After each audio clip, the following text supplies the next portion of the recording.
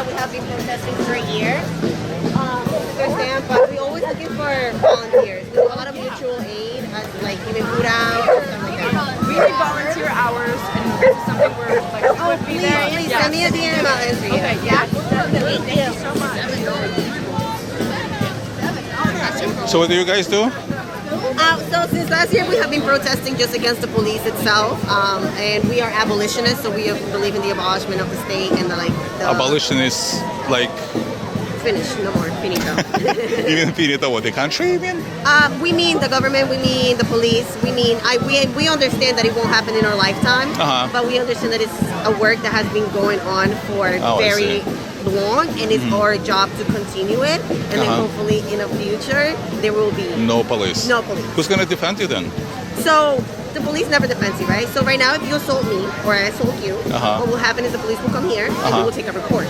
But they didn't prevent any crime from happening. They react to crimes. They react to crimes, which means just taking a police report and then putting it against a whole bunch of them. So our plan is definitely like defunding the police. It's a 10-step plan. 10 steps? Oh, that's interesting. So you have the actual plan? Yeah. Oh, awesome. You can look it up. It's 10 steps to abolition. So what's the step number one? So it's the abolishment of the police. Okay, step 2. There's a whole bunch of them. Yeah. Sorry? Well, what's the step 2? There is bullet points. Bullet points. There's a lot. There is creating for free healthcare. There is the reimagination of the educational system. There is definitely investing in mental health and preventing the crime before it happens. I see. Because there is really nothing. The police really don't do absolutely anything to prevent crime, right? They're just there. They're a presence. And they expect that with the presence, they'll be able to scare people from doing crime, which never works. It never works. Our main issue is poverty. If we're able to fund all these communities, then we will reduce crime. We understand that there are people that mentally, there is no other way for them, there is no other way of living other than hurting people, and those people need serious help, and those people might need to be in a location, in a place, but definitely not a prison, definitely not against their will, definitely not So mental institution, that's what you should say. Yeah. Okay. But again, it would have to be reimagined because the mental institutions right now, for example, today, when we came to set up, it was about 1 p.m. and there was a black man who was in the middle of the street, and he was laying in the middle of the street. There was 2 people, white people, a couple, who were looking at him, and they were calling the police. Okay. I put the stuff down. I went and gave my hand to the man. I picked him up and I asked him, "What do you need? How can I help you?" He said, "I want water. I want food. Okay. I want $5." We got him water, food, and $5, and he was fine. He sat here with us until he was ready to continue on with his day. But what's going to happen tomorrow in his day? Sorry? What's going to happen tomorrow to him? There is no absolutely answer that we have currently because of our resources. So we are providing mutual aid, right? But I also need mutual aid. I'm barely making my friends.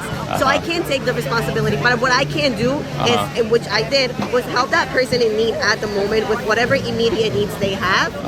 Avoid police contact, because when the white people noticed I was helping them, they were like, okay, well, I guess the cops are not needed. And I also explained to the white people, when you call the police on a black man, what they're going to do is they're going to force him into an ambulance and take him to a hospital. The 9 out of 10 times, they don't want to be in that situation. We asked him, do you want the police? Do you want an ambulance? And he said, no, I just want some food and some water. I see. And so, we can't force people to, just because we think they're mentally ill. Or you mentioned that you brought up borders, I think. You said no borders, no state. That's what you said initially. Oh, I mean, yeah, for sure. That's That's a whole other problem, right?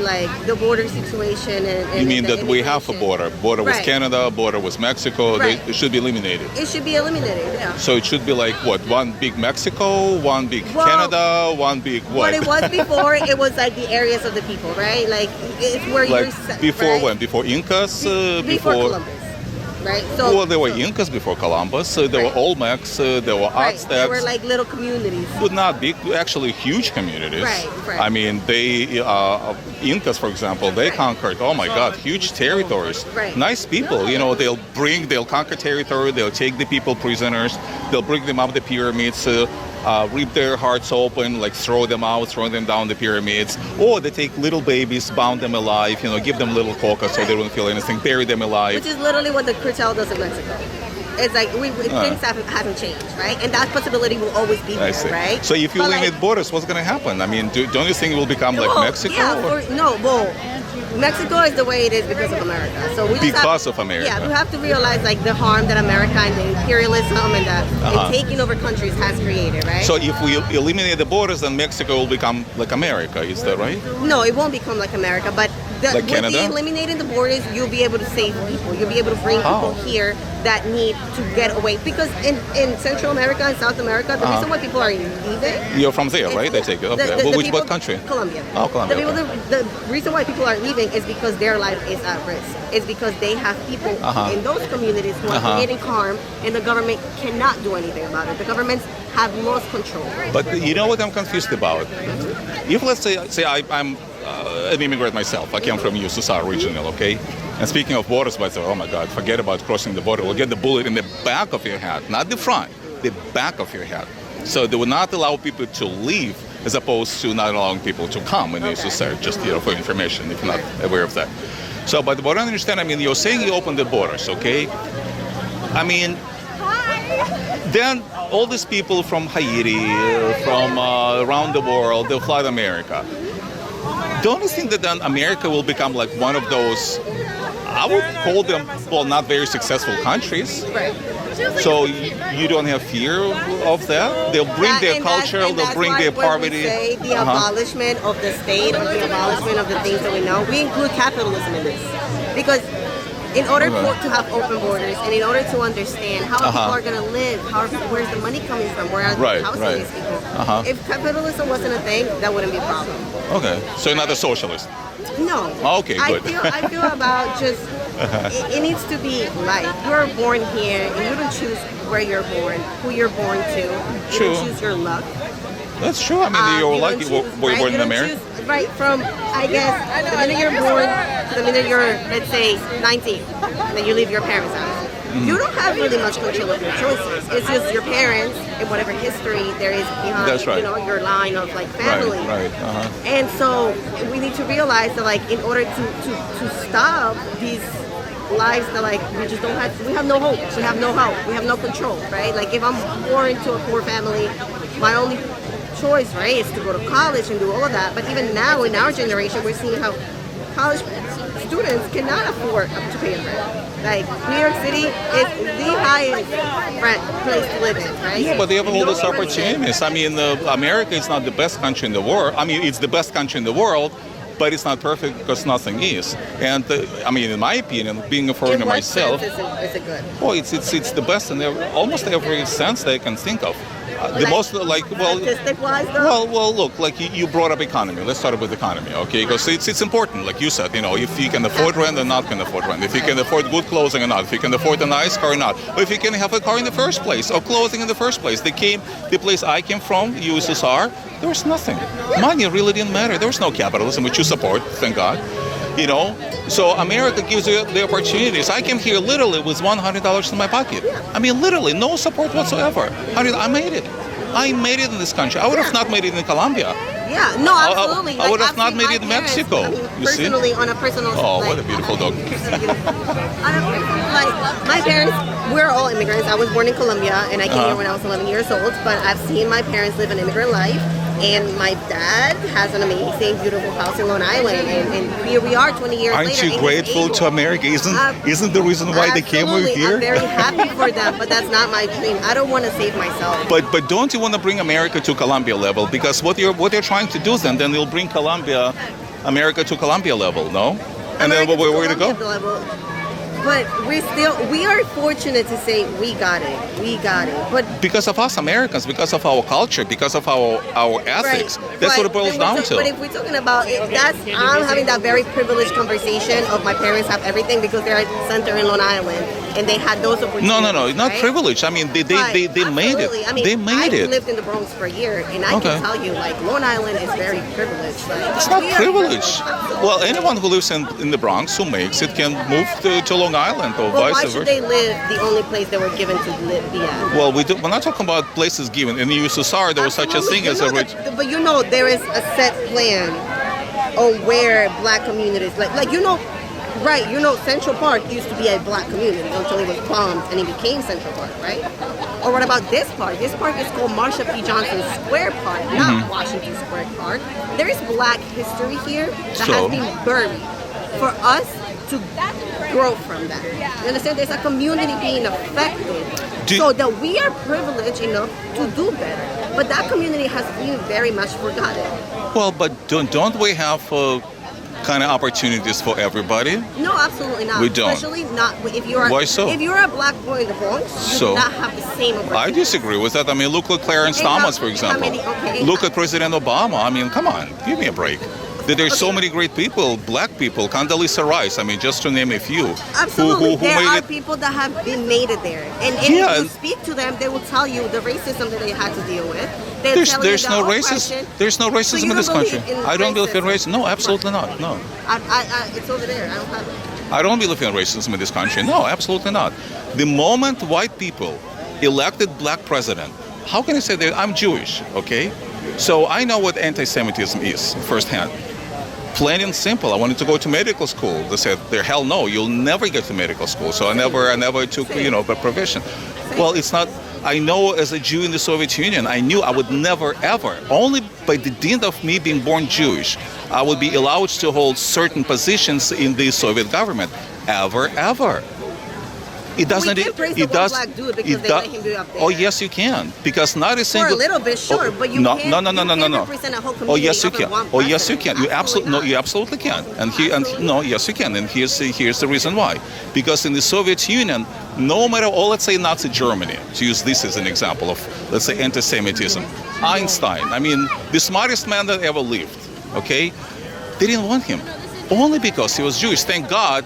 He didn't perish in one of those death camps. He managed to emigrate out of Germany, and that's why Germany never invented the atomic bomb. I completely understand what you're talking about. But in America, a black person not only can, but did in fact held the highest position in of course. Okay, because they had to come. You understand that, right? Like, but he is allowed to know the system is not racist because No, it's not racist. Okay, so why is it that there are so many black people in jail? It's their choice. It's their choice. Oh yeah, it's really absolutely. Okay. Oh yes, so, yes. So let's say I am a black boy, right? Yeah. I am black. I am born to an immigrant mother who came from Dominican Republic, right? And I am born to a black father, right? Okay, so. Okay, I am born in the heroin era.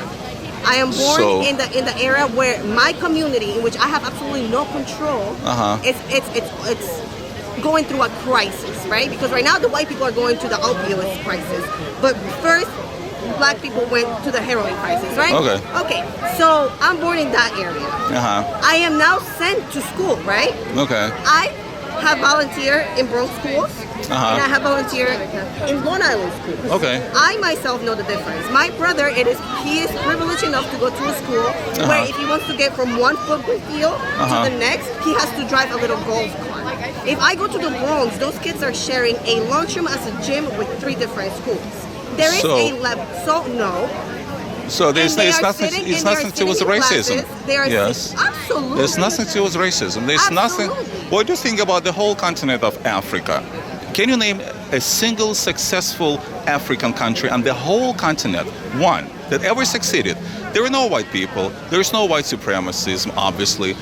There's no racism. I mean, everybody's black. Can you name a single successful African country? One. And why is that? Successful. Well, exactly. Why is that? Why is that? Who sucks on all their resources? Oh, so it's somebody else's fault.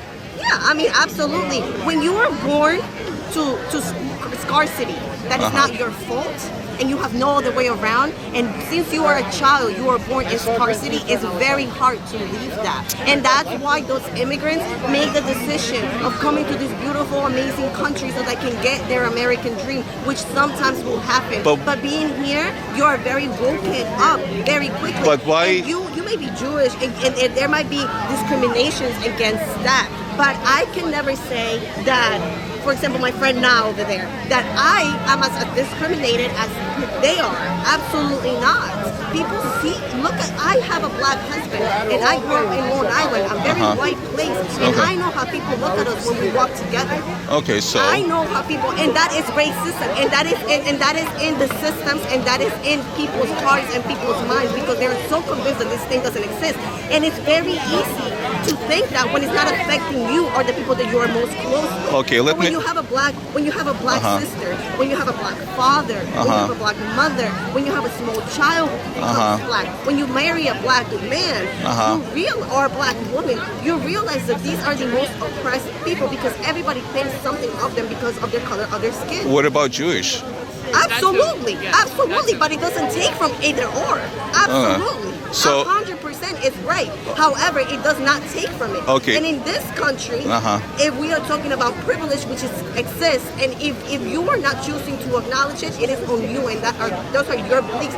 But that is because you truly don't understand the communities that are being affected by that privilege, and that is completely fine. That is not in your life path. You understand? Well, your life of choices that most of them you had control of and most of them you didn't, have not led you to realize that, and that is okay. But this generation realized that, and there's nothing that I'm sorry, and I'm gonna say it like that an old person, an older person can tell us, because at the end of the day, we are studying under people that have been speaking about this and that have been quiet and murdered. Do you know who Fred Hampton is?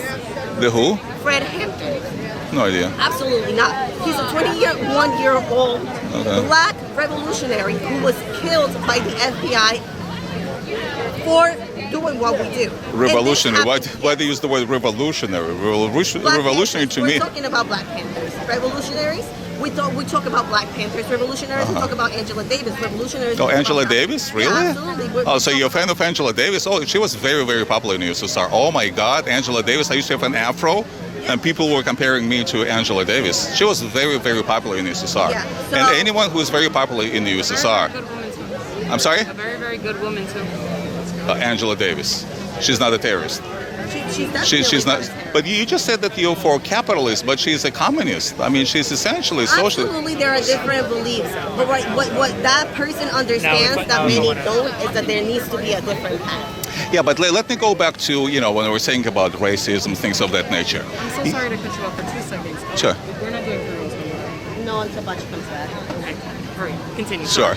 Yeah, I'm taking that. She's recording you, you know that. I know. Okay. Also, he right, this way. can do an 8 for 30. What's that? I'm sorry, what did you say? That you're recording me? You don't mind it, right? Well, does it matter? Of course not. Exactly.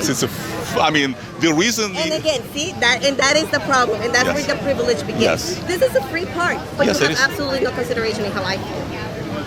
Well, you're here to spread your word.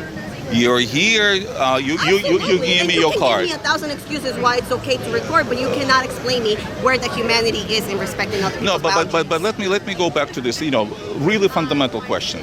So the fundamental question. We talked about racism. We talked about anti-Semitism. Other sick people around us, have they ever been? Will they ever be? 100%. Other people who look at a black person and who are racist just because they have sick mind? Absolutely. Other people who want to murder every single Jew, there are plenty of those in the Middle East especially, okay?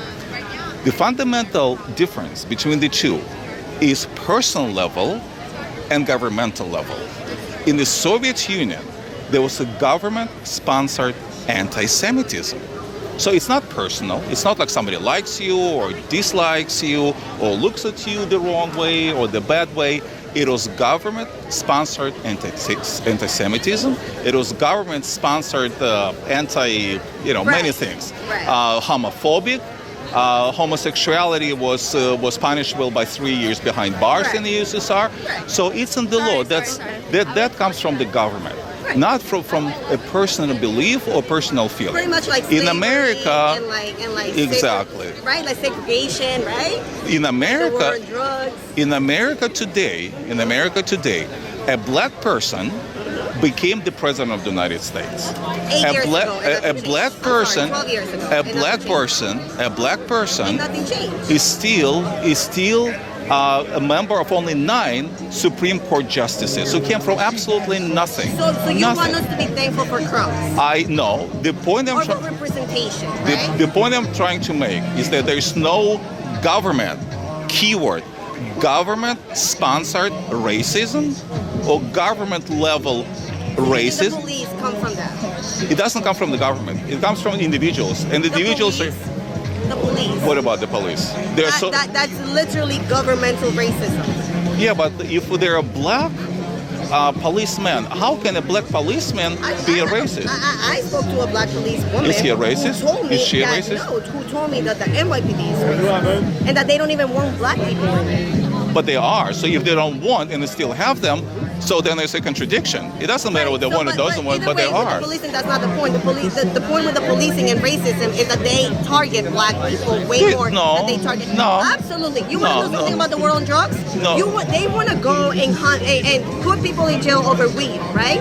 And they put people in jail over weed for many years, right? Over a clip, over 10 grams, over 20 grams. It's the law. They follow the law. No. Now they decriminalize marijuana. There is still people in jail for that, and that's okay. Well, but police, the job of the police is to uphold the laws. How come in college? How come in the dorm rooms? How come the cops don't come in there?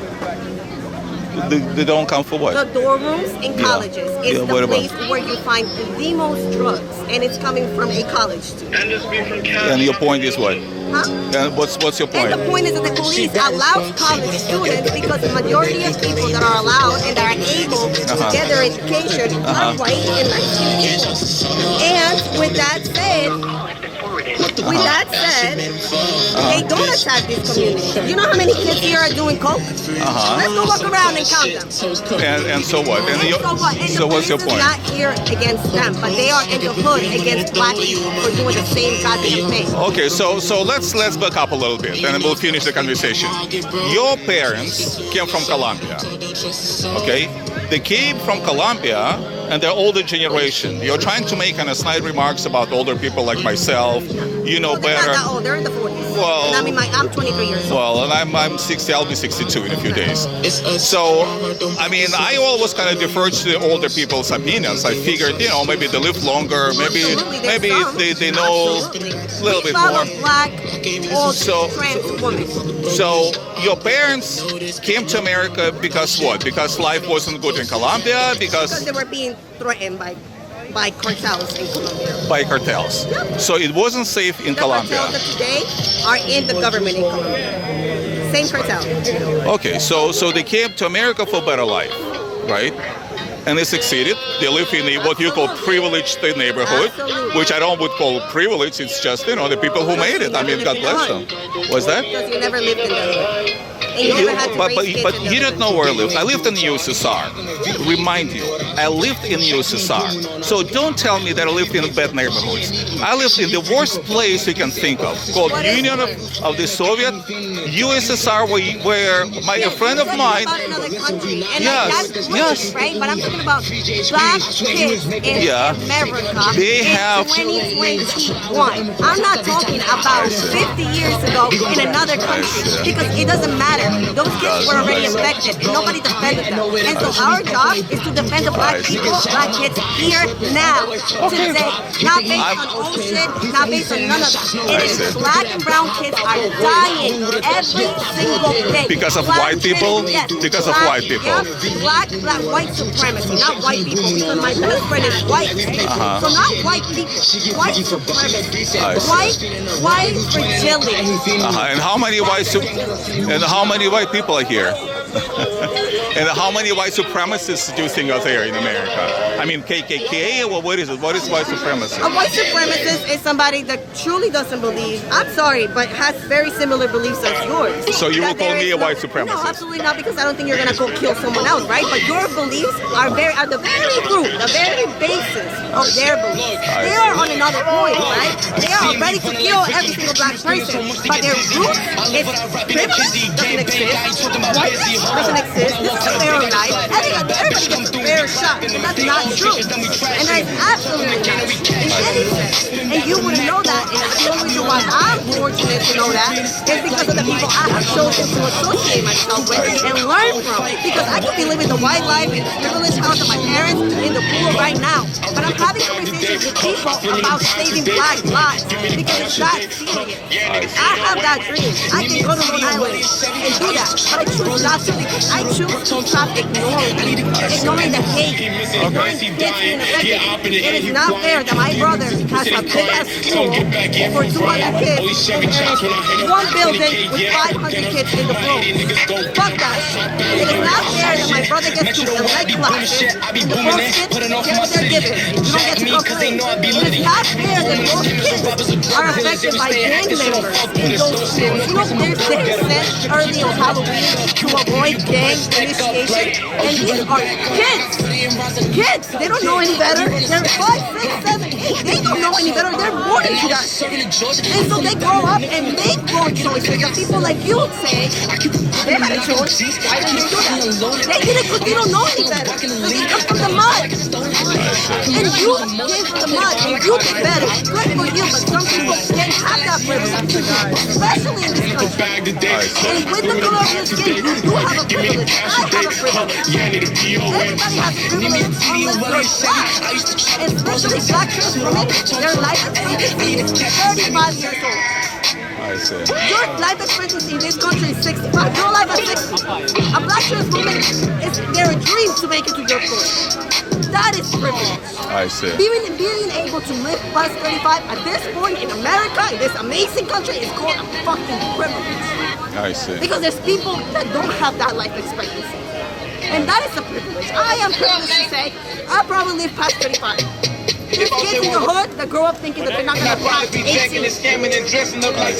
that is privilege. Because not many people have to go through that. Not many kids have to be born into that shit. And we can't continue to ignore just because we feel like, well, we got good. I think what's right. Fuck that shit. Okay, I wish I could continue longer, but it's too loud. Good luck. I'm trying to give me a cutie.